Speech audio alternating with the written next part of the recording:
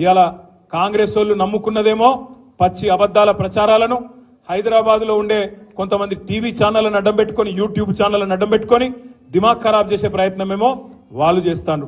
ఇక బీజేపీ వాళ్ళకి తెలిసింది ఒకటే ఒక విద్య, రామ్ నామ్ జపనా పరాయమాల అప్నా. 10 ఏళ్ళు ఏం బిక్కినరా అంటే అది చెప్పనికి ఏం లేదు. 10 ఏళ్ళు ఏం చేసిరా మోడీ గారు ఈ దేశానికంటే చెప్పేందుకు ఏం లేదు కిషన్ అన్నకు.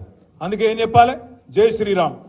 మేము కూడా జై శ్రీరామే, మాకేం అభ్యంతరం లేదు. కానీ కాకపోతే మీరు ఆడుతున్న ఈ నాటకం, రాముని అడ్డం పెట్టుకుని ఆడుతున్న నాటకం ఏదైతుందో తప్పకుండా అందరం కూడా పసిగట్టవలసిన అవసరం ఉంది. ఇలా ప్రతిపక్షాల గొంతు నొక్కడం, జైల్లో పెట్టడం, ఎలక్షన్లలో మానసికంగా ప్రతిపక్షాలను వేధించడం, దొంగ కేసులు పెట్టడం. నేను ఒక్కటే అడుగుతున్నా ఇవాళ మోడీ గారిని, కిషన్ రెడ్డి గారిని. కిషన్ రెడ్డి అంటాడు నిన్న లిక్కర్ స్కామ్ లో ఏమేముందో నేనంతా బయట పెడతా. అది కోర్టులోనే ఉండే, కోర్టులో పెట్టు, బయట పెట్టు.